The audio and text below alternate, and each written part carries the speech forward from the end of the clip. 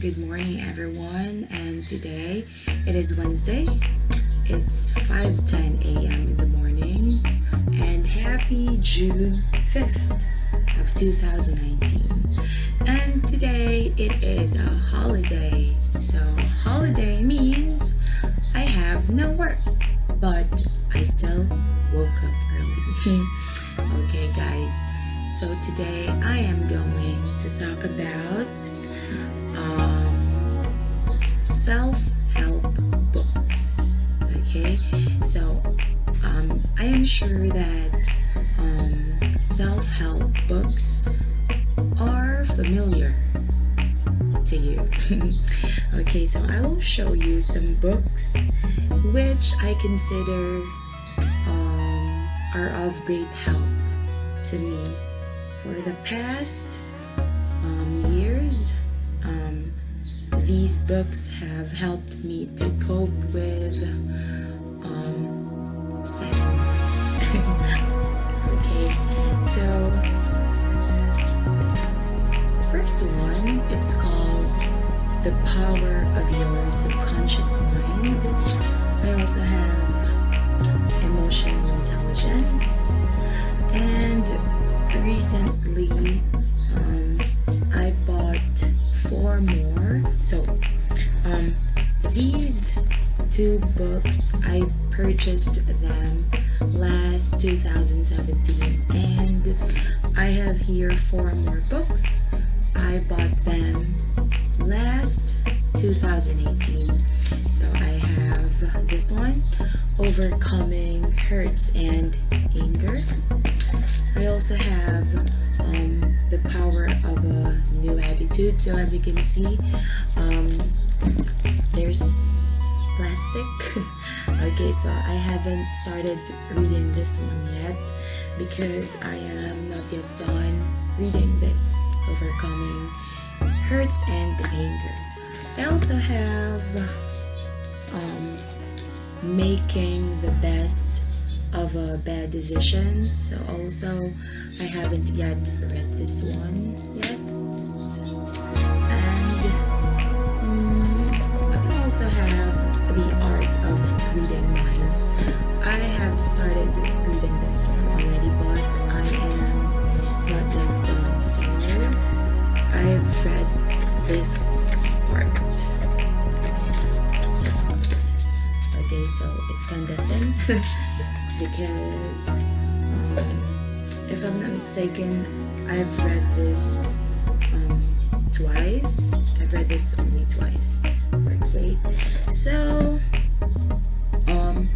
what is the reason behind purchasing all these books? So although it's kind of expensive, but I could say that these are great investments. Okay, because as what I have mentioned earlier, these books have helped me overcome sadness.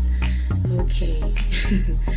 Okay, so why I am talking about sadness, guys, to tell you frankly, I have some episodes in which I feel so sad, I feel so lonely, and if I don't feel like sharing the matter to anyone else, I would turn to reading books, because through reading books I could relate, and I could also think clearly. And aside from reading books, I have also a hobby of writing my thoughts down. Okay, so I have started writing my thoughts in 2017. So this brown notebook this has been my ultimate outlet. Whenever I feel sad, whenever I feel lonely, so all of the hurts, all of the anger, I just write them down, all here, all in here, on my brown book. I've started writing this one last January 13, 2017. And it has helped me to overcome hurts, to overcome anger, to overcome sadness, to overcome loneliness. It's not just a book of, it's not just a notebook.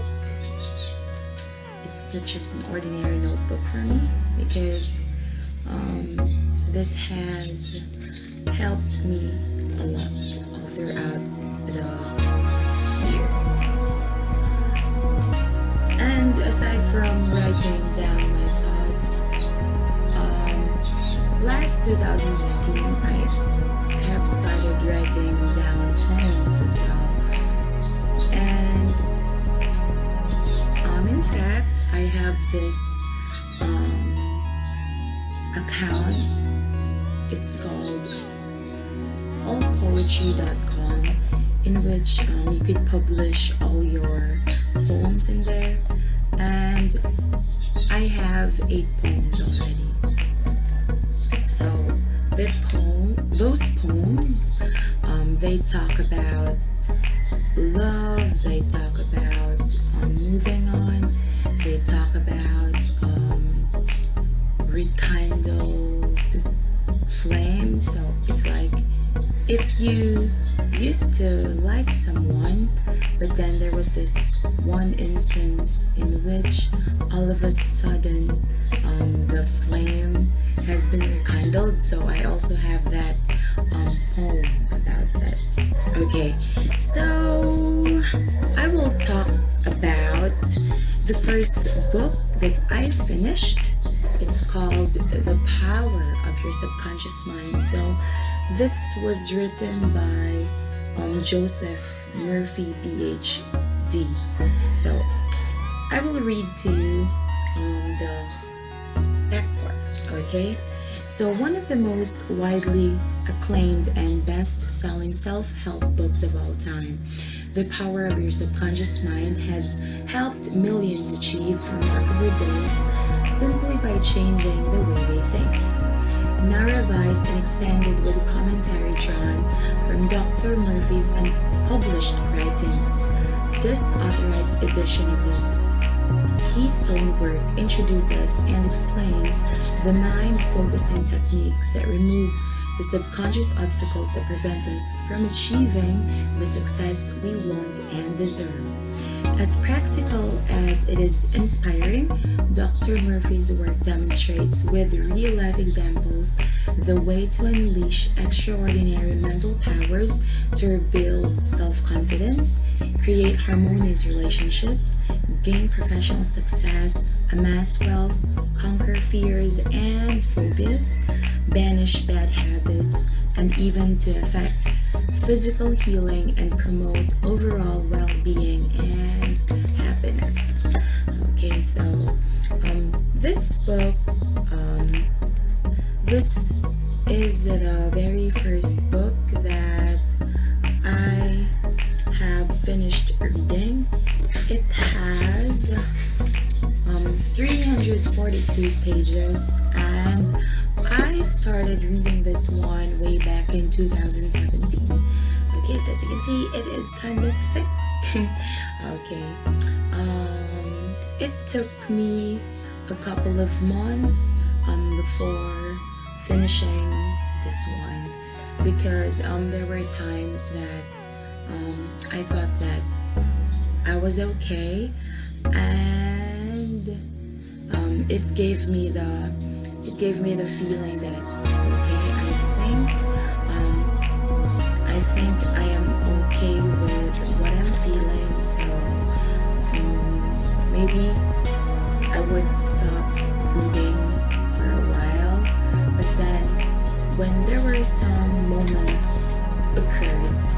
that occurred, and I would feel blue again. So I would turn into reading these self-help books. Okay, so what I learned from this book is that it is like mind over matter. So when we say mind over matter, so it is like your willpower to conquer any physical problem. It's like you just have to ignore it. Don't really entertain it. So it's like your mind has the willpower to overcome everything. So although you are experiencing difficult times, you have to use your mind for you to become stronger, for you to conquer everything. Because if you will be if you'll be somehow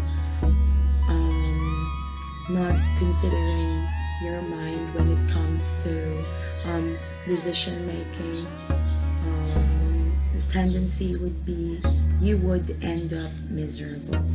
Okay, so that is the bottom line that I learned after finishing reading The Power of Your Subconscious Mind. So it's like all throughout everything, all of the physical problems, the mind is stronger. So you should think about that. That should be your mind setting, that whatever you are going through, when you use your mind, everything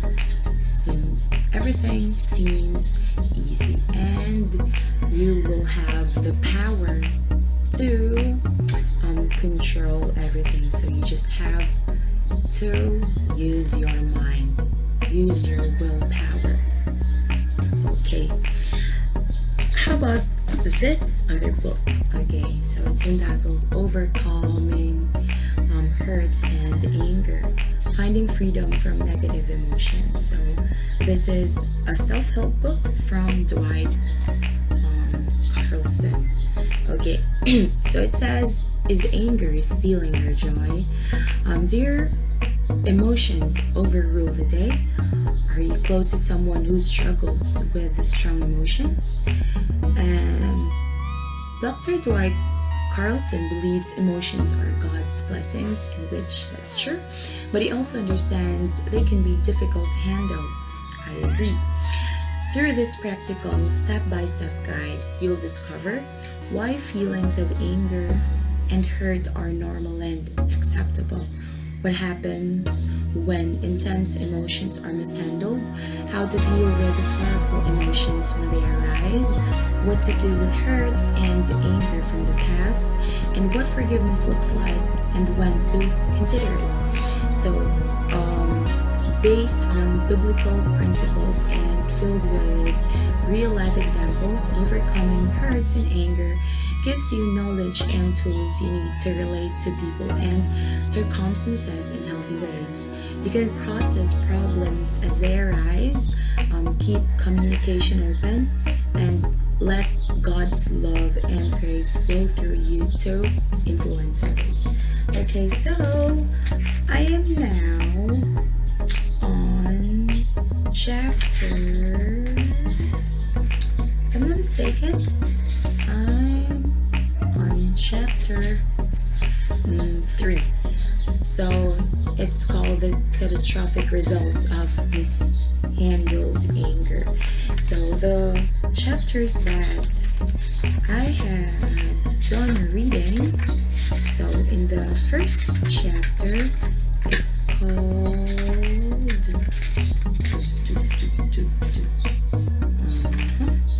it is called, I'm sorry, I'm finding it.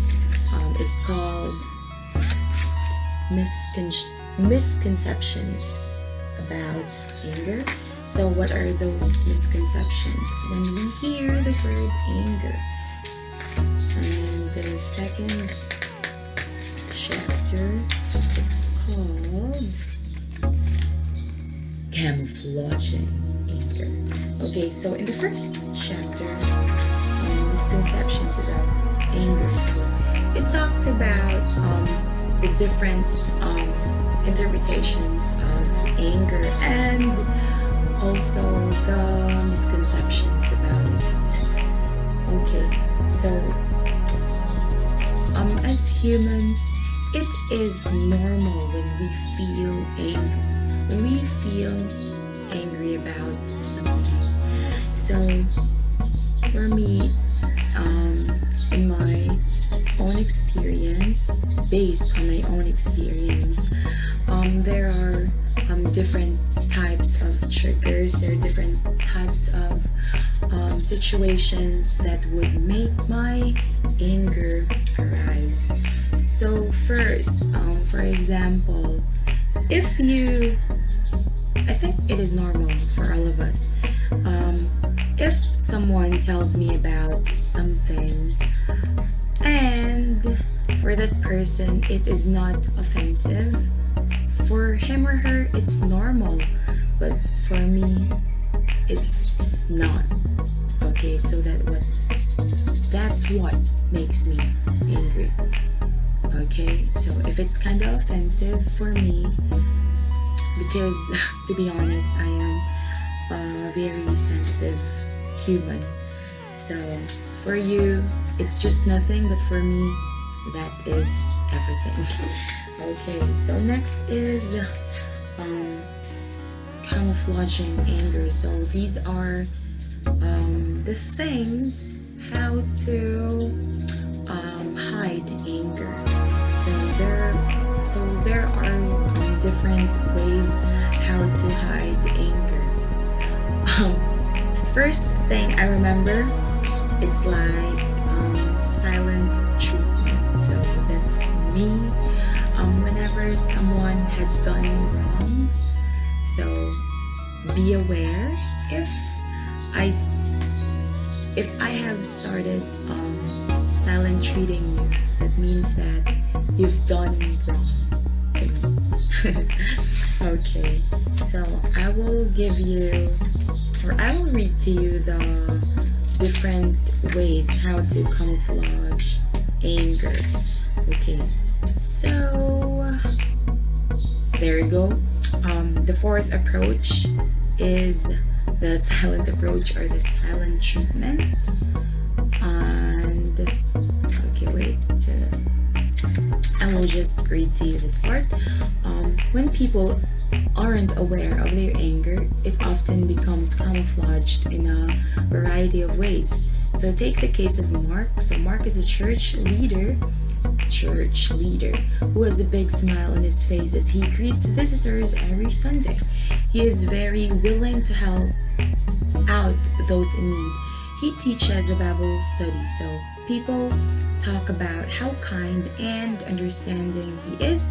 He always has time to listen, and little do they know what goes on at home. So in other words, Mark has his own way how to hide his anger. So he is a church leader, and whenever he is in front of the crowd, he would appear the very kind person since he is a church leader. But little do they know that Mark has also a bad trait. Okay, so let's find out. Only Mark's family knows how verbally abusive he can be. For example, this morning, as he herded his family into the car, the tension was palpable. The children weren't ready to leave on time, and he went on to his wife about how she was responsible. But when he arrived at the church parking lot, a sudden metamorphosis took place. So from being kind to he turned into a monster. I'm sorry. Mark put on his Sunday go-to meeting face and instantly became the model Christian. We might call this behavior the righteous camouflage. So that's the first camouflage.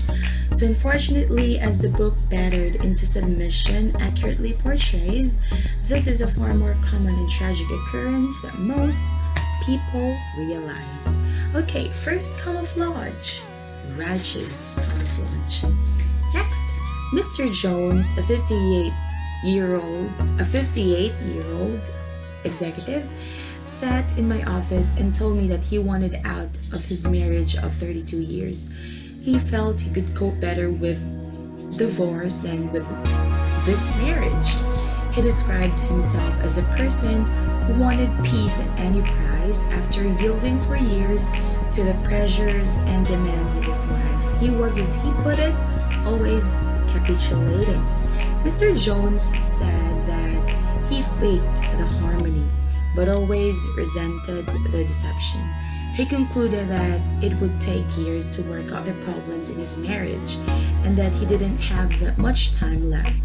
For the first 20 years of his married life, he hadn't been aware of what was going on. He became conscious of the unhealthy relationship 12 years ago, but hadn't altered his behavior. For the last 6 months, he had been having physical symptoms. However, they disappeared 3 weeks ago when he told his wife he was leaving.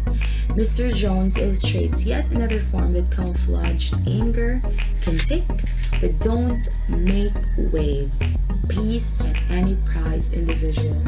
This individual will take the blame for anything, even things for which he is in no way responsible. He is self-effacing and never appears to be angry, but the peace is a sham. He often has psychosomatic complaints that serve as a means of dissipating anger. This kind of person is frequently married to someone who is more aggressive, more tyrannizes the peace at any price individual. This person may think he's carrying out the Beatitudes. So that's taken from Matthew chapter 5, verses 3 to 12. Because he is always turning the other cheek. In reality, it is a poor counterfeit. Sooner or later, the results of this kind of behavior will catch up with him. So if you are this peace at any price individual, it is kind of sad. It's because although it is not your fault, you would take the blame, and for you that is gives you anger. But since you are this type of peace at any price individual, you would take the blame, and the tendency, if you can no longer take it, you'll become angry, and you will end up leaving your loved one without giving the reason why you are leaving. Okay. Next one is another way a person can camouflage his anger is by becoming a stamp saver. So what is a stamp saver? Back in the old days, many stores gave out S&H green stamps and blue chip stamps as a reward for shopping at their stores. When you filled up a book of stamps, you could cash the book in for some merchandise. I call people who store up injustices stamp savers. So, this person is the one who carefully saves up each little grievance, annoyance, or irritation. He tells himself that each aggravation is not enough to deal with it within itself. So if asked, he would probably deny that there was nothing bothering him at all. He may tell himself that the problem is so small that he shouldn't make an issue of it. He should be able to forget it. But in fact, he doesn't forget. He pastes a stamp somewhere in his head.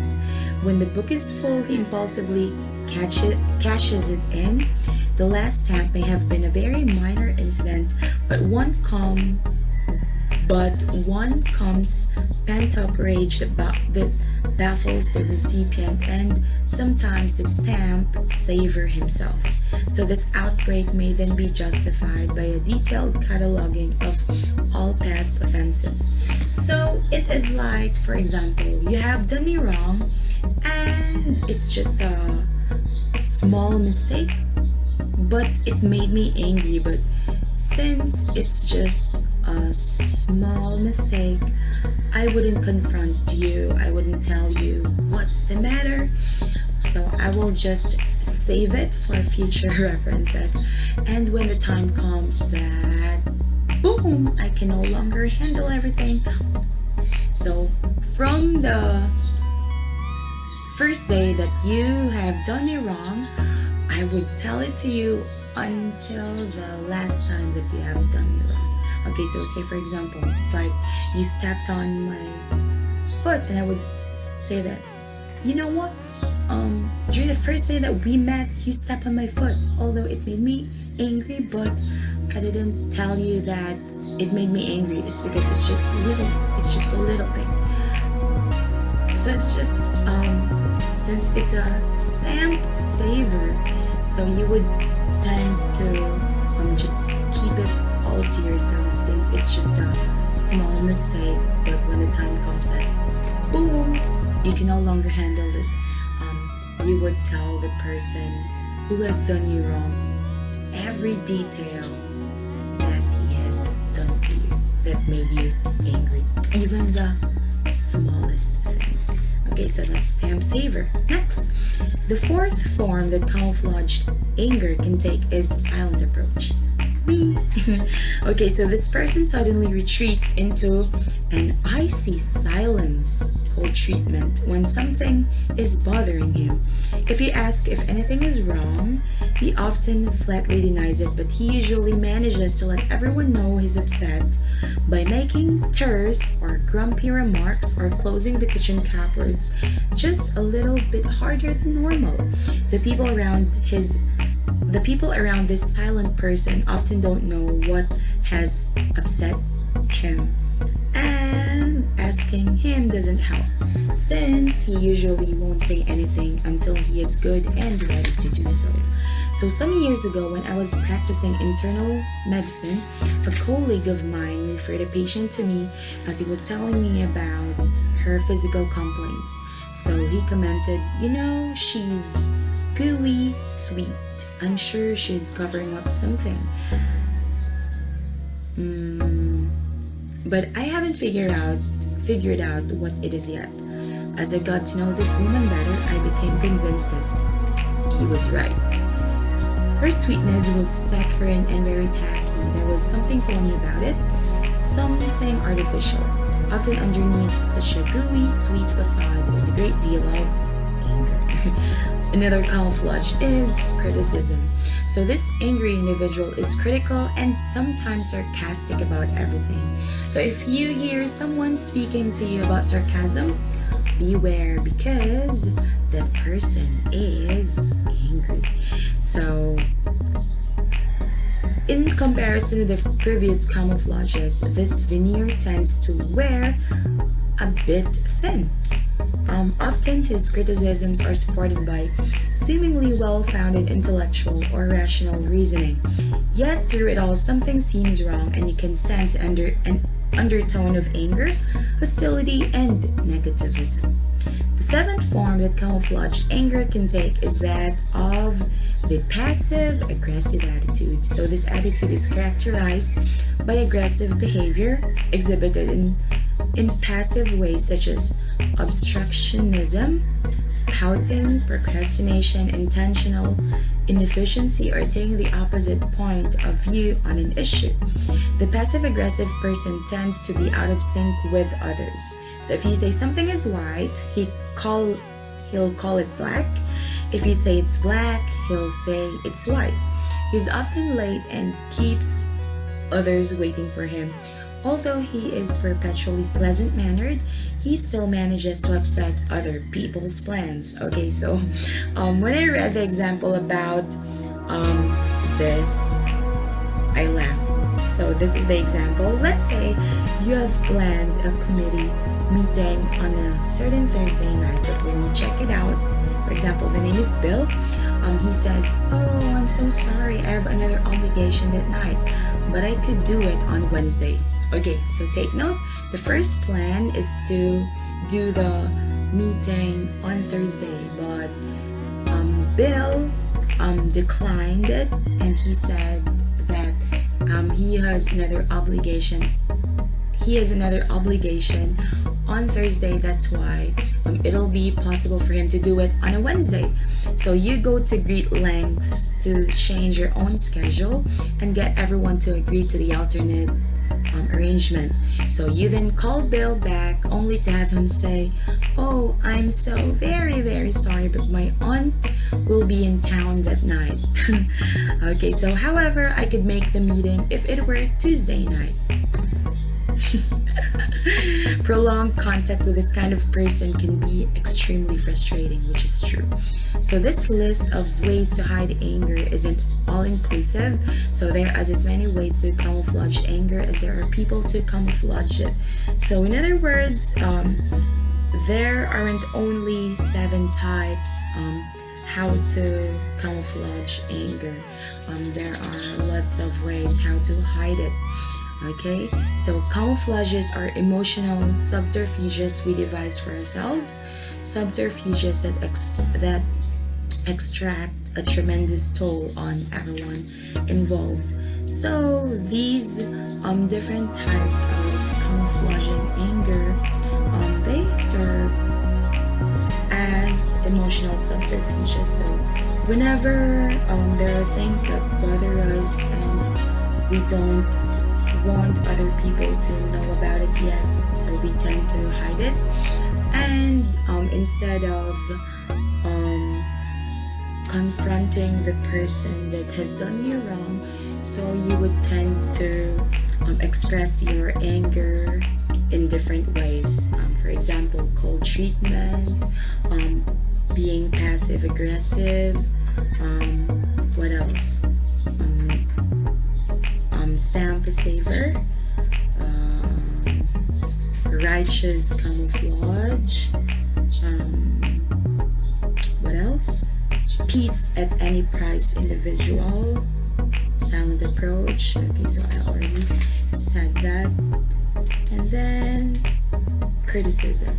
Okay, so there are lots of ways how to hide your anger, and I have found mine.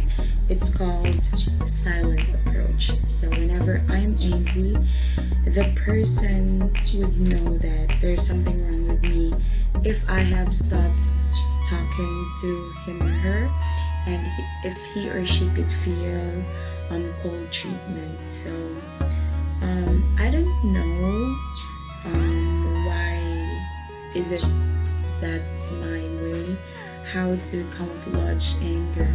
So it's just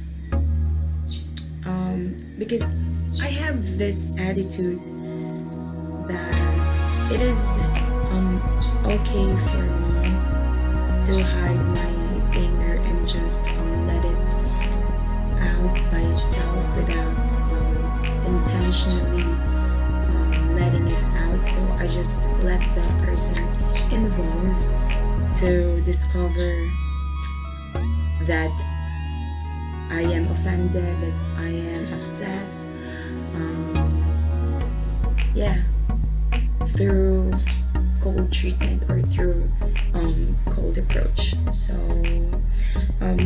if I'm okay, if I'm ready to talk to the person, okay, so I would talk probably, but that would take a couple of days before I talk to you. So if you already figured out that you did something that made me upset and you realized that you're wrong, and if also I could feel the light within me, there is no